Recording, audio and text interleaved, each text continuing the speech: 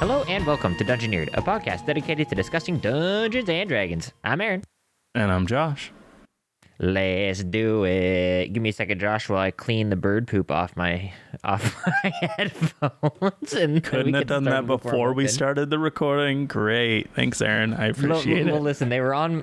So, on my desk is like a headphone stand, and I have all my headphones on it because I have too many pairs of headphones. And my wireless earphones, had bird poop on them, so I had to clean it off. But now I'm good, and now I'm ready to go for this Lukewarm Open.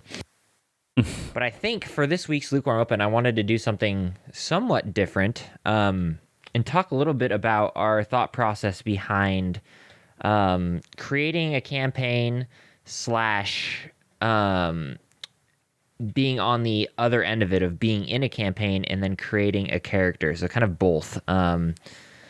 And the reason I wanted to do both is because I have a feeling that when we talk about creating a campaign, it's going to be really quick. So when you sit down, Josh, to prepare / write for a campaign, even if it's midway through, what's your thought process? What do you do? So just writing for a campaign in general?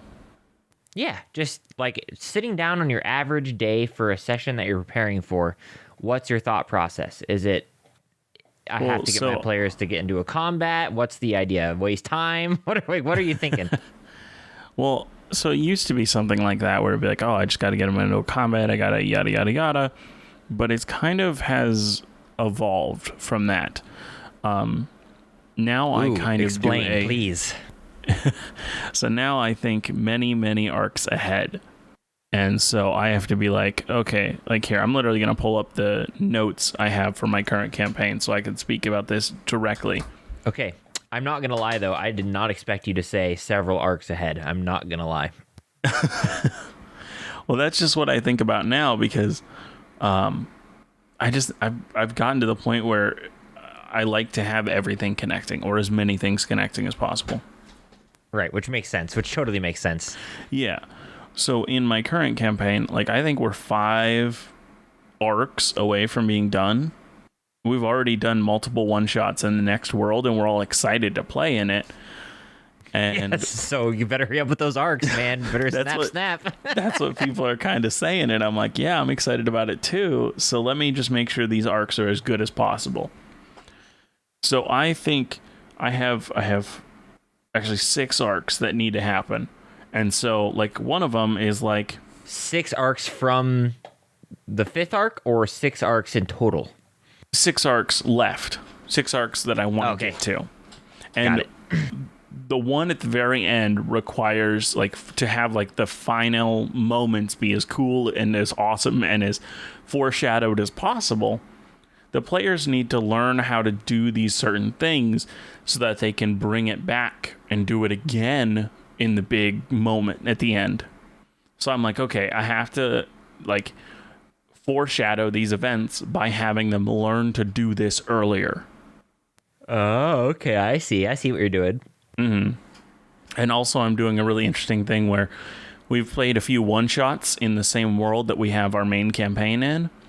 And those characters are going to become like secondary main characters at one point. So literally one of the arcs, they're going to start off by, I've been doing this thing where I narrate every, like previously kind of wrap up of what happened previously. Interesting. From the perspective of a character they have now met in game. At one point, that character, yes.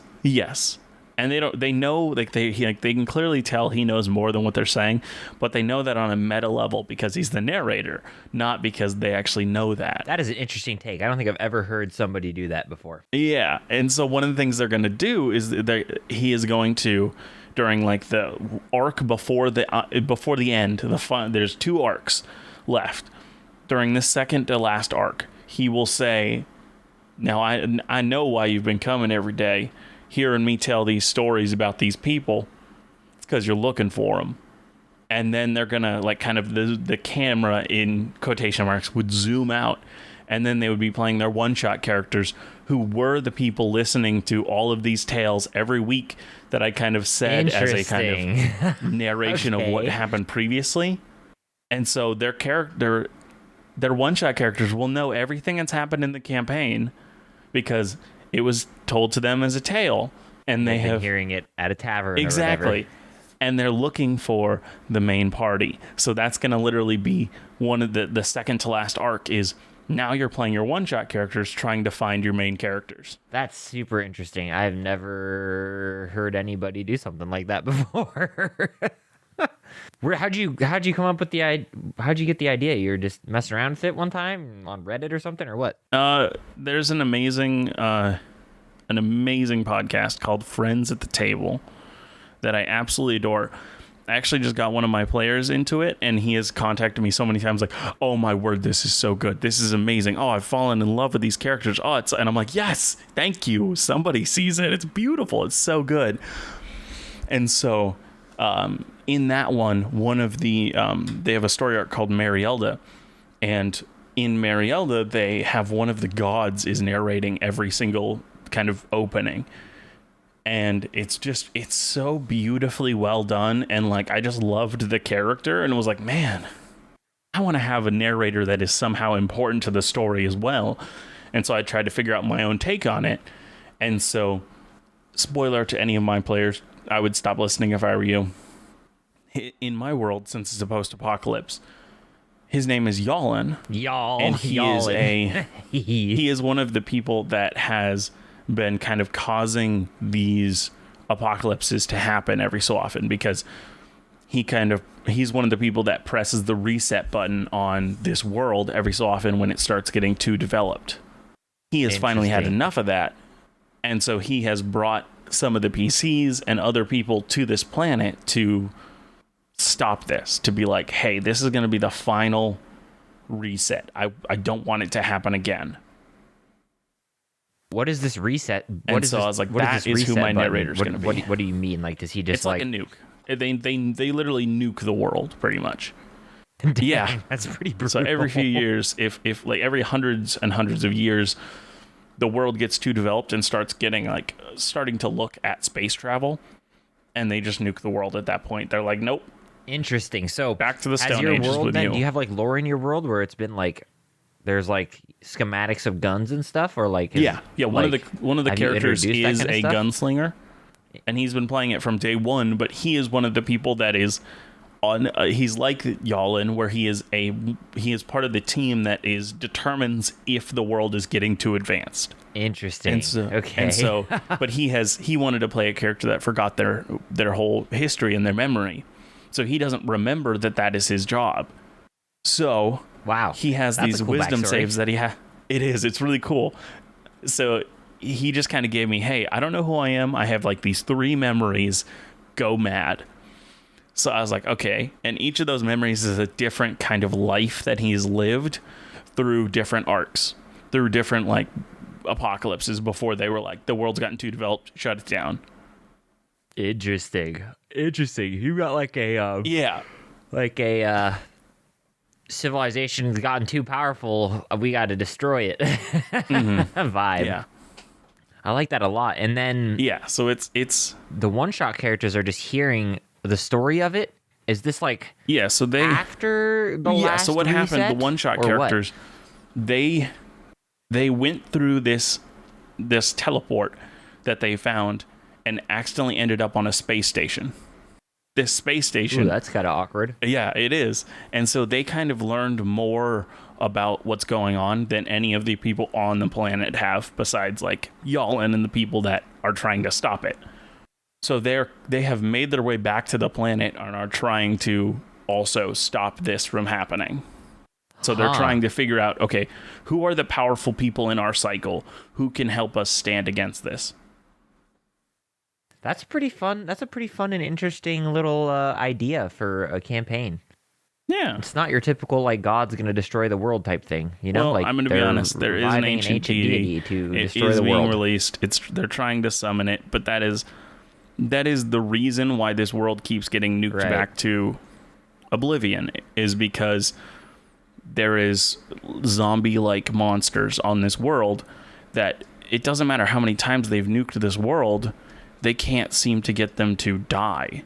And it's because they haven't been able to access this kind of larger than life horrible deity. Now, one of the things that the one shot literally they had to decide was, do we think this cycle has the power to fully take on this elder deity? Because as of right now, one, it can't be destroyed because it's on another plane, but two, it also can't do a lot of damage because it's on another plane. If they had to make this decision on whether they were going to fully let it through this generation or just hold it off for another generation. And they decided we want to have the final confrontation happen now. Okay, so with this then and how you've been planning, have you been planning this kind of stuff for a long time now? Like, has it been months? Oh, it's been years. Like, this was part of the idea of the original campaign when I started. Because it's so weird, because I have a completely opposite approach. I mean, I wouldn't say opposite. Yeah, how do you do it? Yeah, I have, so what I do is I create a bunch of things and a bunch of stuff that's going on in the world, a bunch of people doing a bunch of things. So my beginning process is a lot to create, because I just create a million different people that are all doing different things, political problems going on, wars that are going on, problems that are happening. And then I build the story off based on what the party's kind of doing, if that makes sense. So it doesn't mean that because everything's connected in the beginning, it's easy to just string it along. You know what I'm saying? But mostly I prepare everything before the campaign starts. And then I would say that I do push, certain directions to the story to go. But for the most part, it's just, like right now in our campaign, there's not really a big bad evil guy. It's not really a thing that's going on. It's, it's the ones you guys made, it's the ones that you guys, through your actions and through, political problems, have come about to you. That doesn't mean there won't be a big bad evil guy later down the road, but as of right now, it's whatever the problems you guys are facing are what's going on. So yeah, it's most important to us and what right. comes But up I mean, the people based on where we go and what we right, want. Exactly. But the people you are dealing with, like for example, you've been dealing with some political figures here and there, and then some people who want to be political figures. Those people have been planned from the beginning, but they've just, like I have like, this is what they do in this amount of time. This is what they do in this amount of time. This is what they do in this amount of time. And then if you're directly influencing and acting with them, then those things change. So, I don't know. I don't know. Yeah, that why was I one of do my it. first ways of doing it. I don't know why I do it that way. I prefer it that way. Because I'm very prepared and have everything intertwined, and connecting with each other and what people are doing with each other. But I really like to see kind of where the party wants to go before I form, a pretty major story. Like you guys are on a pretty major story right now that is now being planned. That's been, it's been planned for several sessions now, because I know that's where you're going. But in the beginning, it's just very much like these are where the paths are going. Everybody's going this direction in different directions. Where do you want to go on those paths, and who do you, who do you want to stop? Who do you not want to stop? Who do you want to join? Who do you not want to join? And I think it was probably more so that way because of the campaign I'm running right now. It's very, like we were talking about, I think last episode, it's very like, you guys are building your own kingdom. So it's very much like, it's kind of hard to, I wouldn't say plan a story, but it's just more fun when you guys get to choose what you're doing in your kingdom. And then, things are kind of rotating around that a little bit more. So that's kind of why I've been doing it that way this time. But yeah, and I think it's worked out pretty well. I've really enjoyed it. It's, the prep in the beginning, I don't necessarily recommend for everybody, because it was a lot of prep. So, I mean, I've written stories and things in my world, books in my world.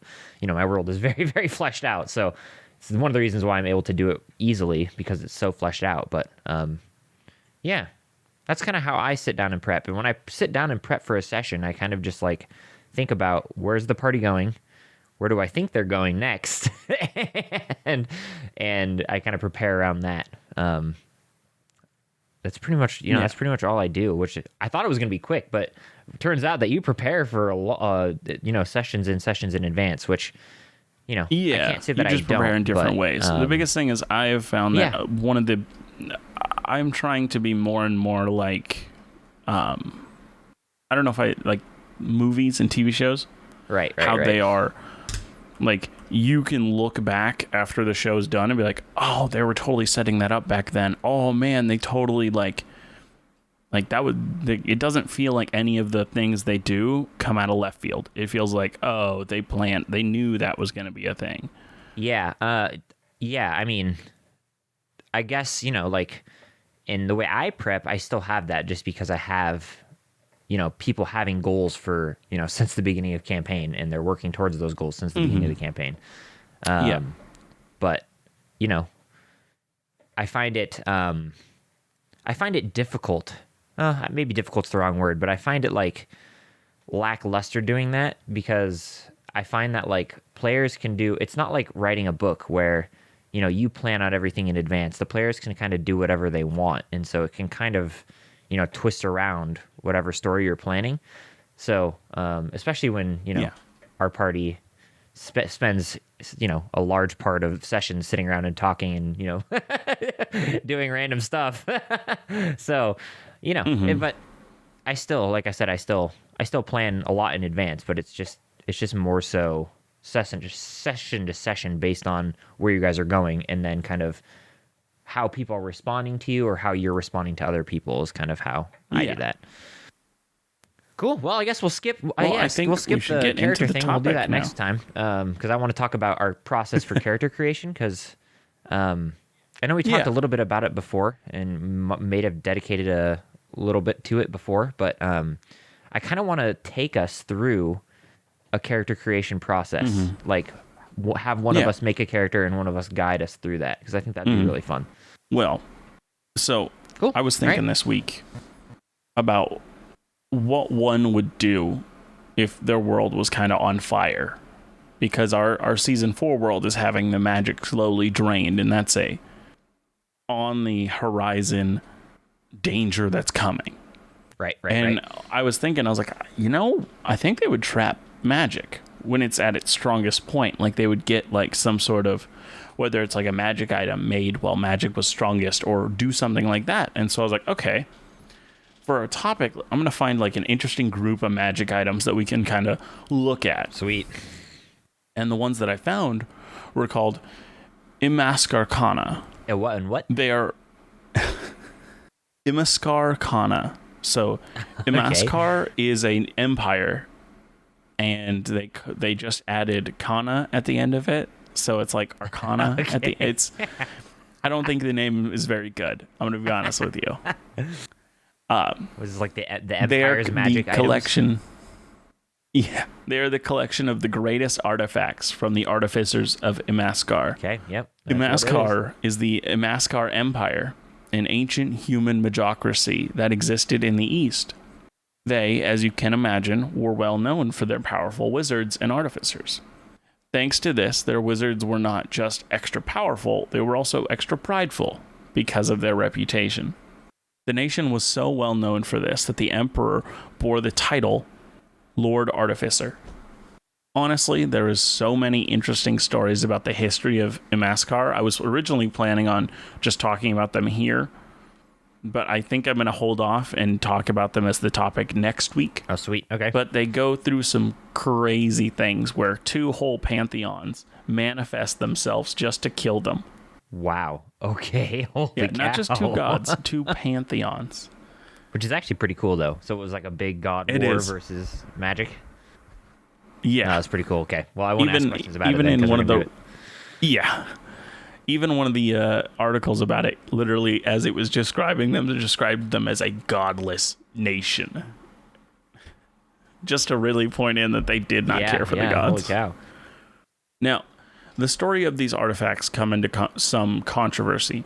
Some believe they were an ordered creation by the Lord Artificer Omundan, while others suggest that these were created centuries apart from each other and just have all been categorized together now as Imaskarcana. For the rest of this research, though, I will be referring to the centuries apart lore because I believe it is more interesting. Now, these items come in many different shapes and sizes, and all contain lore of the Empire. as well as the magical effects that they Were do. most of these created by the Empire, or were they just found by the Empire? They were all created by the Empire.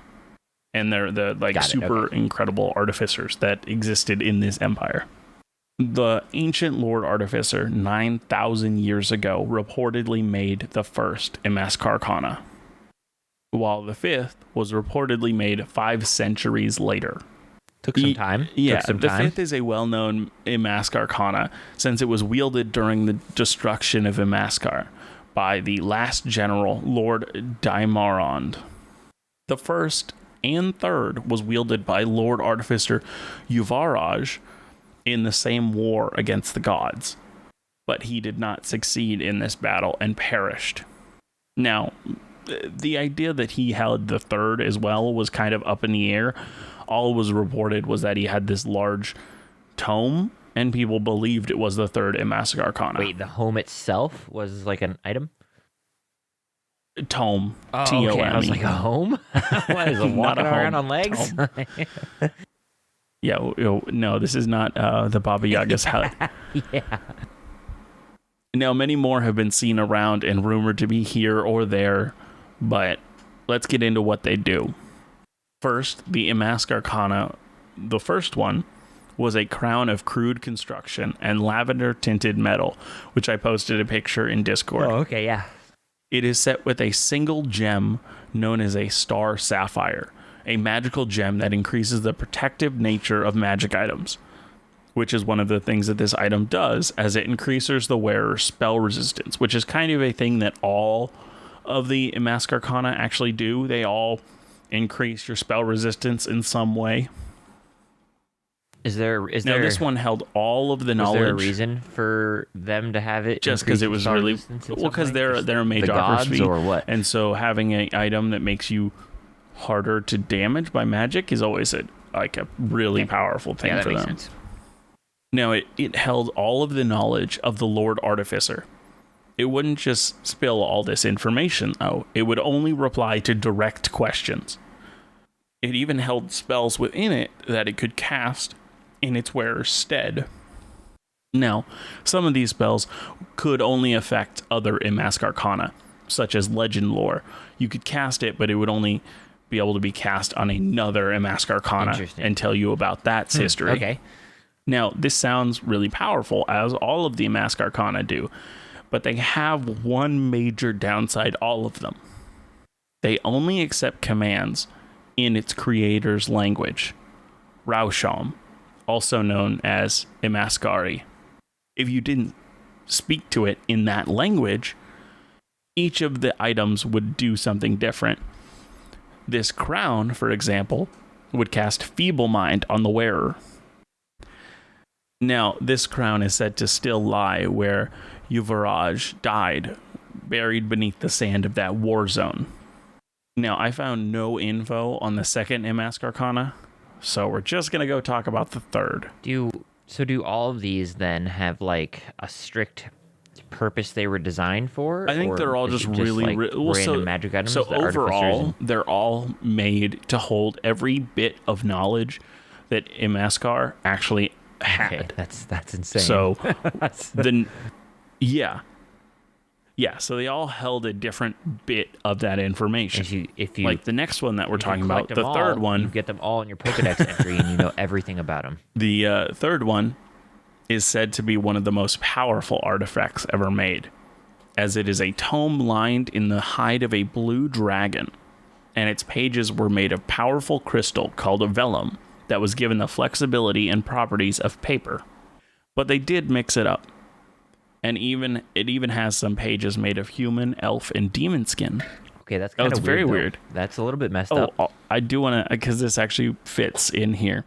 There is a science called anthropodermic biocodicology, skin, man. Which is the study of it's the study of human skin books, and it's fascinating. That's so nasty. Yeah. I love that there's a whole do you get like science a college devoted specifically to that. You could, where people are like trying to figure out why did these ever get made. I mean, that's pretty brutal, to be honest. Also, they go around and test. Shave off skin and call it good. I mean, you can't just do that. You have to like tan it. Like it's a whole process to like. It's the same thing as like doing it for like making a leather book. It's the same process. It's just doing it with humans, which is horrifying. Man. Now, back to this tome. But elf this skin tome is not weird. as big of a deal. Wow. Now we know where you stand. Now, this tome is weird, and it can't be read like a normal tome. Instead, once per day, you can pretty much speak to it with the commune spell, as gaining only a yes or no answer. Oh gosh, I guess I didn't include what it actually does. The third Imaskarcana actually hold the knowledge of. It stored the lore of the empire itself. Now, it was able to cast spells like the other Imaskarcana can, but this one held very, very, very powerful spells. You could do Dominate Monster, Meteor Storm, Time Stop, and Imprisonment. Oh, God. So pretty much all 9th level spells, no. I believe. Is Dominate Monster 8th? Or is it 9th? I think it's a... Yeah, so all ninth, very high level spells. But it fell to the same flaw as the previous and only responds to the specific language of Imaskari. If you spoke in another language, it would just immediately turn you into another page of its tome. Oh, gosh. Yeah. That's a really cool concept, only though. reversible by magic the same level as Wish. So you could get turned into the book, and then somebody could wish you out of the book. Well, it doesn't give you the Wish spell. It doesn't give you that one. I see. Yeah, that would have been a fun loophole, but no. I see. That's rude. Now, the 5th Imaskarcana was the next one they had info on, as the 4th was just seemingly nowhere talked about. It is a scepter that is seemingly unsubstantial, appearing pitted and battered in appearance. But it was tipped by a fist-size amethyst. And it's also in the picture that I posted to Discord. This scepter contained all the military knowledge of Imaskar and would explain any answer it had telepathically with its wielder. Boy. This scepter contained... OP strats right there. You could learn the military strategy of this major nation. It contained powerful mind-altering spells and granted the wielder protection against such spells as well. And as you can assume, as with all the other Imaskarcana,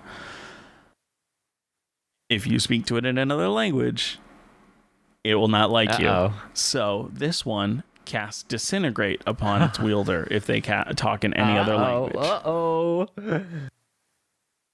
Now, the last one we know about, we know very little about it. Well, is it worse to be disintegrated, or is it worse to be turned into a book? Because you have no recourse. Because you might survive the disintegrate. You won't survive to being turned into a book. True. Now, the last one we know about, the 7th Imaskarcana, it resembled a large key and held the knowledge of demiplanes and extra spaces. Cool. And extra dimensional spaces. But other than that, we don't know what it did, like what spells it had, or what effects it had, or even what it would do if you didn't speak to it in the right language. I was going to say, I have to know what that is. What do you think it did? Does it maybe just shoot you to trapped another you plane? Inside of it? Like a death plane? Or imprisoned you on another plane? Yeah, it's never going to be good. It's never going to be good. We know that for sure. So, onto our creation this week. Recap time. I don't remember what we did. Storms. Yes, I remember. We did magical storms. What were we supposed to talk about? Last week? What was the actual... Were we on topic last week? We did stay pretty on topic. Oh, wow. So I had talked about last week Jegred Baneray, the kind of... the Dragoloth, kind of half demon, half drow. Right, okay, yeah. And so we decided to talk about kind of how magical nature would be affected by weakening magic. Right.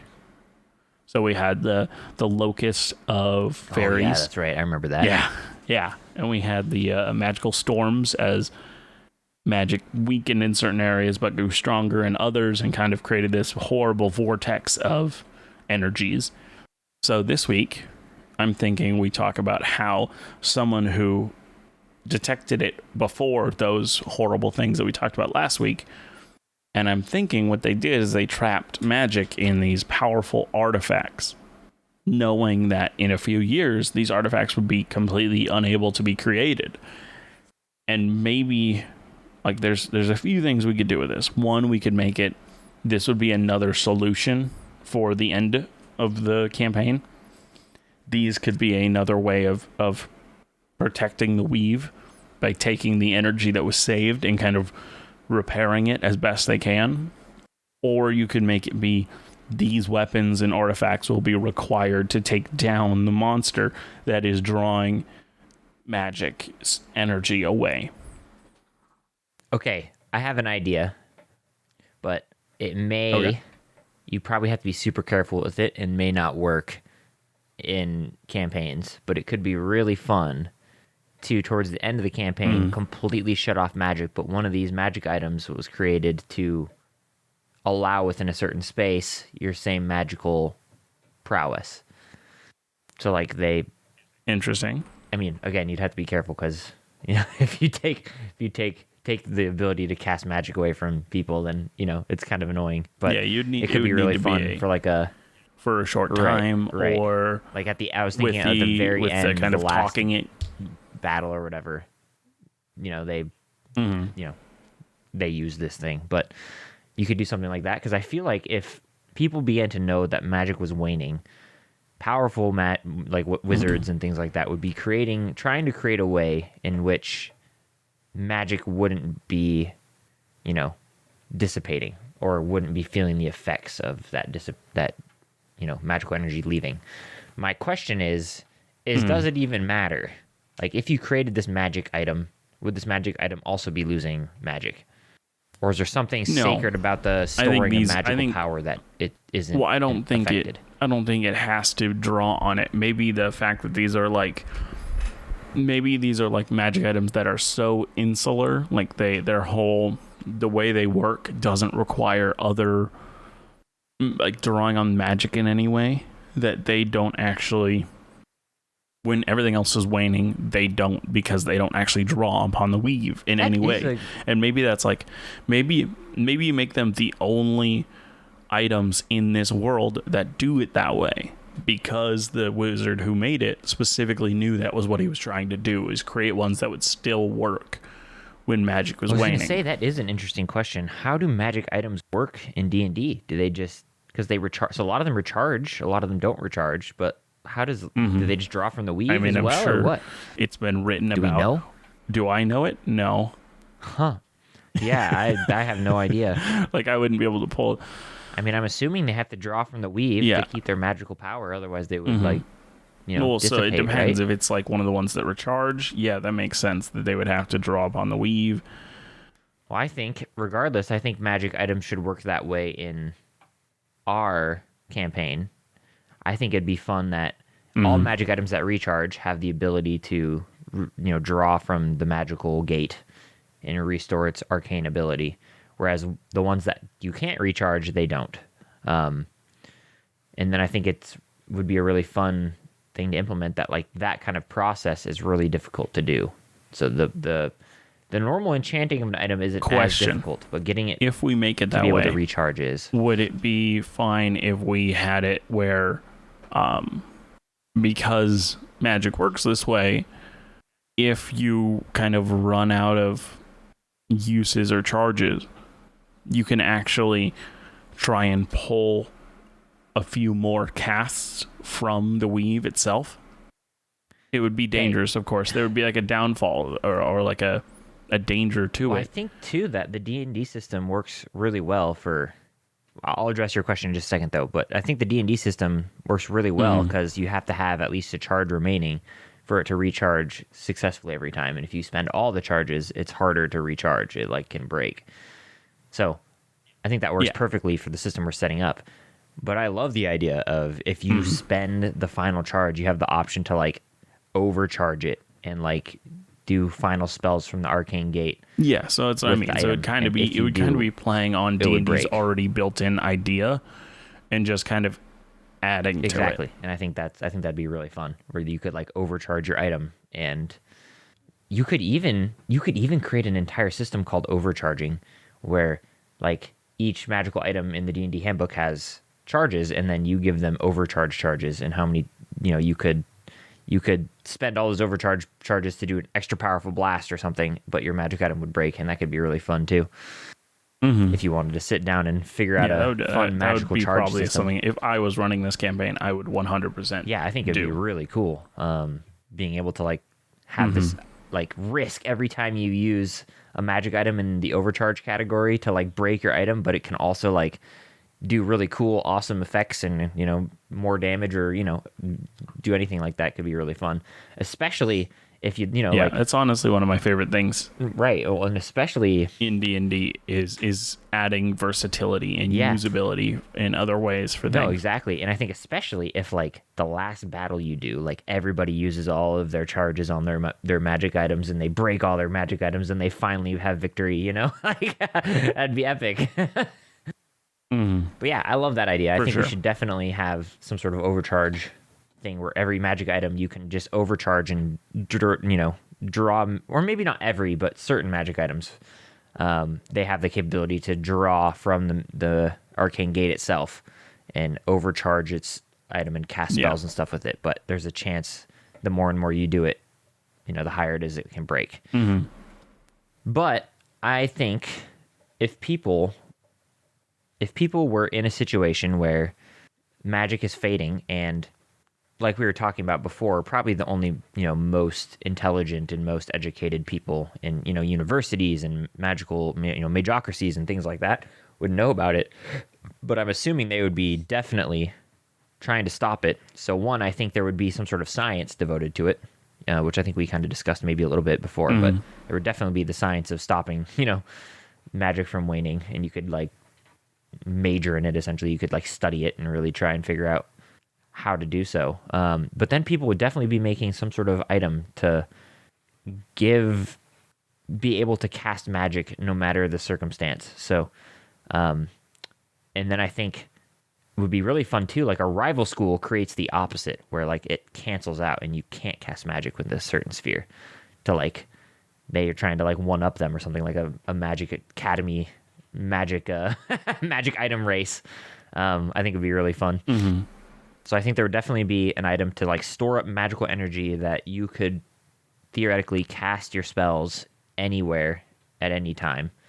And then there'd be a magical, like an anti-magic field that completely blocks magic. And that would probably be created really early before people like realized what was going on. Like maybe at the very beginning when the magocracies were like taking over, they created this item so that they could try and stop different, places. So that would be something I would see. I would also see, very similar to one of the items we talked about, like a tome of knowledge that like has all knowledge in it of a certain society or a certain group or a certain person. I think that'd be really fun. I'm a really big fan, and I don't know, your thoughts on this, but I'm a really big fan of having like a book where like the soul of wizard or wizards was trapped in it, and you could like speak with them. And it's one of my favorite ideas for a warlock patron as well. Like you are a warlock, and you can like communicate with these wizards and have them. That is an interesting thing. I have not used it yet. Makes me want to create a subclass of warlock called. But like I definitely the Wizard Council patron or something. Like I don't know, but like you get your power from finding an ancient tome that has the knowledge and the souls and the minds of wizards. Like a wizard council or like a magocracy, and they give you their power. What I know is there is a class in Pathfinder that is it's called like the witch or the I'm not gonna remember it right now, and it's not but it gets its magic from like a mystery, and so like I don't know exactly what, like the mystery is like their warlock patron, And based on the type of mystery it is, they get like different things. And so it's making me think that like looking at that to create kind of fun. a way that you could have like a book with a trapped person in it. You could be like your patron. You could call a subclass with like wizards as a patron, like the Awakened Minds patron. Like that'd be fun. Oh like man, okay. I had an idea for a group in my next world that I've already begun creating called the Order of Eternal Knowledge. And so they're like high up members of the Order of Eternal Knowledge get granted immortality. Their bodies still decay and stuff, but they are like eventually they're just skeletons. But they're still learning. Like they have a pursuit of knowledge is the most important thing to them. And I had all of the kind of non-scholars that are in this order. They put knowledge on their armor and their blades and their weapons. And now I'm thinking they put the collected knowledge of anyone they kill on their blade. Which would be super. Yeah. I mean, that's creepy. It would be. Oh, very much so. Do all of their weapons connect to the order's not the original Eternal Scholars, and so they also learn every time somebody's killed through it? Yes. That'd be for so sure. Cool. That'd be so creepy. It's so cool.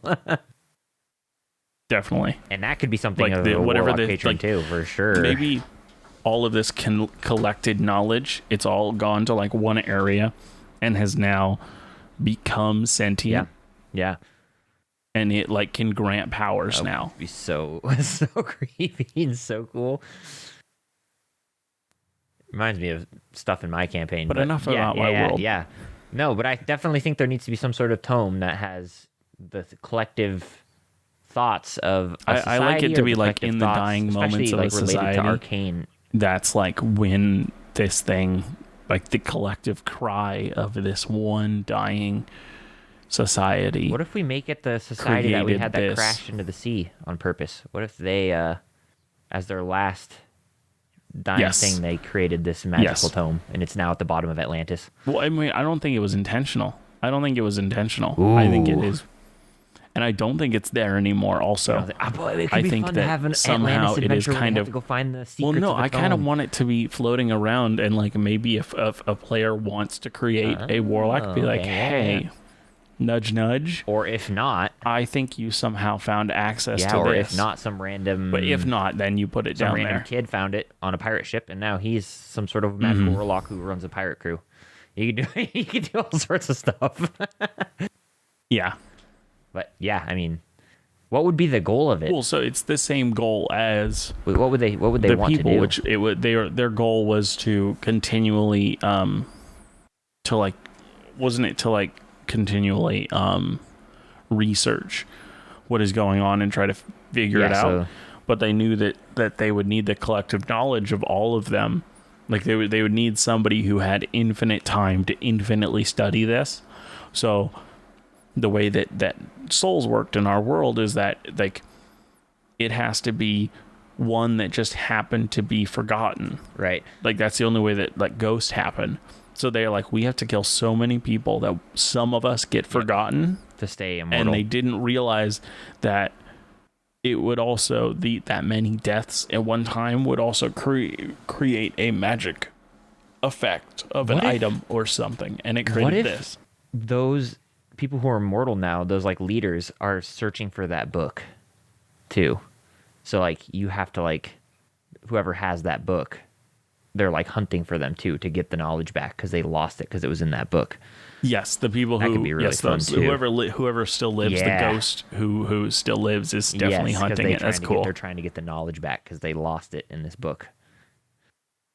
Not even lost it, but more they know that it exists now. Right. Yeah. And they're like, wait, if that exists, then that'll like make my job like 25 times easier. Or even like the ghosts. I do like the idea of the ghosts like losing their knowledge, but they know their knowledge was within this book. So like they don't have a way to access it unless they have this knowledge. And then once they have the book, they can make their job much easier because they can document everything easier. So I think it could be fun to have, either of those, and they are just hunting for this book. And so like the player who, or if a player makes a character, they have to like run from these ghosts. And maybe like if they found it early as a kid or something, they would have visions and dreams of ghosts and hauntings. It'd be fun. But that's also me. That would That's be also me being interesting. biased because horror is like my favorite thing of all time. But anyways, next one. What else do we think? Is there some sort of magical doom staff that destroys stuff? Would that be something that the people would make? I mean, why No. would they make that though? I'm thinking, so in the don't see world that as being- of the Forgotten Realms, there's a thing called a mythalar, and it's like this large sphere of just magical energy. And I think they try to create one of those before, and maybe it goes terribly wrong. Maybe they thought they still had enough magical energy to do it, but they didn't, and it explodes and like puts a permanent like crater I mean, I love that for sure. in like a permanent destructive area where this Does that thing start just the storms? magic just went haywire, and maybe in that area magic doesn't work anymore. Does that start the storms? That could be something that started the storms. Yes, I like Yeah, that. like I they that. created this huge magical sphere of energy, and it blew up and shot up into the, like the arcane energy that exploded created these magical arcane storms from all the arcane potential, and that's why it Yeah. does all this random stuff, because it's just pure arcane potential. So it can be different types of storms. I think that's fun. Yeah, Okay, I yeah, like that. I like that too. No, that's great. That's great. Okay, next. How many do we want? I was gonna say, how So many far are we you have the book. making? I was I thinking. don't know. We have I was thinking we make like 2, and it's all made by the same person as he tried to create things to save the. Ooh, okay, hold on. In relation to what we just created, I just remembered a sphere of annihilation is a thing in D&D. What if when they tried to create the Mythalar, yes, it created the storms, but permanently in its It's a place, sphere of annihilation. in like the very center of this destroyed area, is a sphere of yeah, I like annihilation. that a lot. Yeah. Like, and that's how those are created. They're failed Mythalars. Yep, I like that a lot. That's super cool. Yeah. Okay. So then we have a book. We have a magic sphere that blew up. We had something else, didn't we? Oh, we have like a way to cast magic no matter where you're at, and then a way to prevent magic from wherever you're at. I think those two are probably either created by the same person or created Also, by like I want rival to. I don't want to groups. make I them think that'd be wherever fun. you're at. I would like it to be. So in D&D there is a higher it's like a 10th or 11th level spell that lets you create a magical effect in a certain area. What if what they did it's one spell? What if they did one spell that what it did is it took all the magic energy that existed in 2 areas, made one of them have no magic now, and the other one have double the amount of magic that it did before. What if? Okay, So I like it makes this, the but what if anti-magic we- area, but it makes the super magic area, which still has magic, for a while after everything else is losing Yeah, it. no, I like this. What if we knocked it down a peg though, and it's not on par with these like magical, like the magical sphere or the book, but instead this magical sphere that we have was used to try and get close to the explosion of the sphere, because And what did they hope to get I there? don't know. Maybe they were trying to collect the magical energy or the magical sphere. But I think that could be a really fun, interesting story of why it was created. Because they were trying to get to the center, and maybe or maybe we up it a tier and we make it like protects you from a bunch of stuff, and like going close to that sphere of annihilation is very dangerous, and so they have like this magical bubble that protects them and allows them to cast spells and do things despite there being harmful, death outside. You could do something like that too, and then make it up one of those, make it as strong as one of those magical items. Or we could even combine the two as well, and you could just do different effects within the bubble, like just any kind of effect that you can think of. Like you can do this, like you can cast any spells, maybe if magical energy is waning, you can heal yourself, you can feed yourself. I don't know, there's just all hold sorts on. of things you can do within this So sphere. I like the idea of trying to get closer to the sphere, and I think I know why. And I kind of want them to literally take their whole city and move it like literally right next to the sphere of annihilation. because the sphere of annihilation, while it is dangerous, it is drawing in a lot of magical energy. So the area around it is still magically rich. I like that. And they want to get closer to that. So they literally move their city there. I like that a lot. And they have this big magical bubble that protects them and gives them magical powers within this place. Yes. Yeah. No, I like that a lot. I think that's a great I think so, reason. but I think is that city still there? Sphere of annihilation is getting dangerously unstable at this point. And I think they should move. I don't know if they will. I think it's also like a fun idea to make it like really hard to get to because you have to get close to this sphere until you enter that bubble. So like that could be a fun little, journey to the center of the earth, so to speak. But they have to journey to this magical sphere, and it's like really difficult because there's magical, power and death around. But once they get into the city, they're safe. So that could be a fun thing. For sure. Okay, so it's like 3 kind of items. like walking through lava.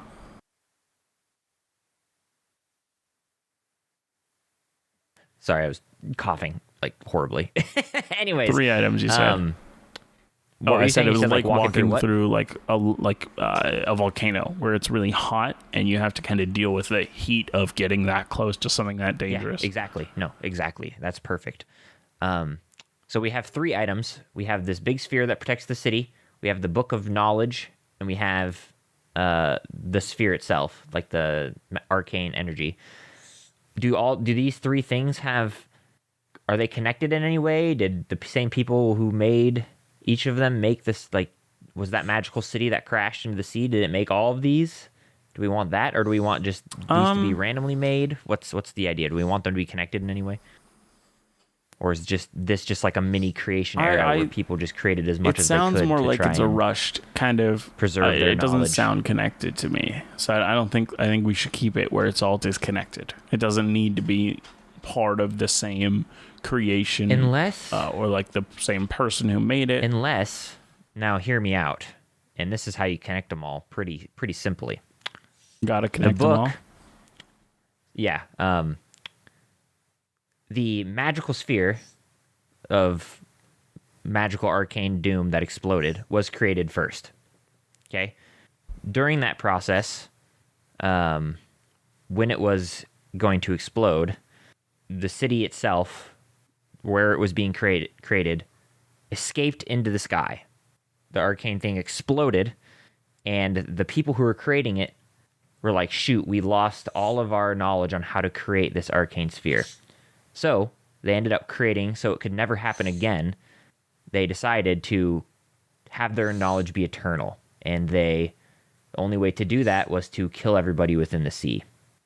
And it created the book. So they sunk the sea within the book. The sole survivor who didn't lose his knowledge then created the city bubble to get the city back, like the city back to the sphere in order to try and create another one again and study what went wrong. I think that's interesting. Where so the reason why they moved the city so close is that he was trying to study what went wrong. Trying to I like that. Recreate it, and so then you could have all of them be built by the same society, or even the same person who still exists today, and who's an immortal skeleton being who survived the crash, and maybe the only one who, So what I'm thinking what it would be still maintained his knowledge from the book. Or even he has access to the book, so he can talk and communicate with the other person reading the book too. That could be fun. What I'm thinking is Harry Potter, where you write in it and it answers you. What I'm thinking is, one, it's all that Atlantis city. So what it is it's the city drowned itself. Okay. The ghost man still survived. The book survived and got away somehow. Then that person, in their research, needed more magical energy. So then they created a magical energy sphere. Aura of magic that protected them, and that ended up not being enough. So then they moved their city over by the orb of annihilation. Yeah, that works. So they're the ones there, and so they are. Eventually, they will be. Whether it's the book calling, and like the book will tell the PC, hey, we got to go here. I don't know why, but I'm being called there. Or he goes and finds them. I like the book calling them there. Mhm. I like that idea, I think, more. And I think the Yeah. book is... Would the book be, like, against this dude? Or is it neutral because it's everybody's, like... I don't know. What's... I think that would be up to how the campaign is going and how you what type of person you want this to be. Whether you want them to be that's an enemy, or do you want them to be friends of the party? Yeah, no, I think I see that too. Yeah, I could see it being both ways equally. So maybe it just depends on how the party plays it or how the campaign unfolds. Would be probably the wisest idea. I like that. I think that's fun. I think that's cool. And the same person or the same society created all these items in tandem to attempt to gain as much knowledge as possible, and prevent the arcane gate from completely sealing and shutting off magic. And if, in the event that it happened, they have a source of magic on the plane to continue to use magic. I think that's perfectly reasonable and really cool. Yeah. And fleshes out our Atlantis city a little bit more than just Atlantis wanting knowledge and blowing up. Yeah, it definitely does. Any other magic items that we want in that mix? I can't think of any. Can you? Is there I was going to say, is there some sort of... It wouldn't be very powerful, though. Like a detector that detects magical energy? That'd be dumb. Well, I think you have your own idea about that one. Yep. I can't think of anything else right off the top of my head. I mean, the only other thing that I think would be useful would be like a, staff of deadly explosions or something, but I don't know why that person would create it, so I can't think of why it would be a thing. Yeah, I think that's... Do you think... Would we want this survivor to have contact with the book, or no? Like, can he speak through the book, or can he... Like, I was thinking, what if the book had, like, missing sections, and this guy had pieces of those missing sections? So, like, he could, minimally communicate with the person who had the book. So maybe, like you could do, like, a Critical Role Jester story where, like, this person's super lonely, and they were, like, writing in their book, and the book could write back every once in a while. And, like, it was, like, their friend type thing. But you could also do that without the wizard. But, yeah. I don't know if I want him to be connected with it or not, but I think I like the idea of him being severed from it because of the, Does he even know it exists? At first, no, I don't think so. Yeah, I agree. I think he doesn't at first either, and he does eventually. But I still think, like, the ghosts are still trying to go out and get it, because that's, like, their, eternal damnation is to find this book and regain their knowledge. But this guy is the sole, like, survivor. Well, I think that is it for episode 77 of Dungeoneered. Come on, Aaron. You know that's not how you do that. Thank you. Yep. I did the sign and everything. That is the perfect way. Well, thank you for listening to this episode. And if you listen to us on any apps that have ratings and reviews, we'd love if you would write a rating and review. It'd really help the show by showing you're engaging in more ways than one. If you'd like to write to us, you can write to us at dungeoneered@hotmail.com. We'd love to hear from you, whether it's about ideas for a topic, ideas for a world, ideas for Lukewarm Open, or you just want to talk to us. Yeah. No, we'd love to hear it all. What I'm thinking, honestly, is if you need to, you can definitely do some sort of, like, heist where you steal your grandma's cookie recipe and you send it to me. So just don't be afraid to get a team of adventurers and do a heist at grandma's house. So... I don't know where that came from, but anyways, continue, Josh. I don't understand you sometimes. Some grandmas are really protective of their secret recipes. So, if they need to be stolen and, copied down and sent to me, then obviously don't steal grandma's original recipe, but you can definitely write it down and send me a piece of paper about it. So, or on an email. After that weirdness. Yep. Thank you all for listening. And as I always say, always remember to be the sharpest barrel in the bunch. See you next time. Bye.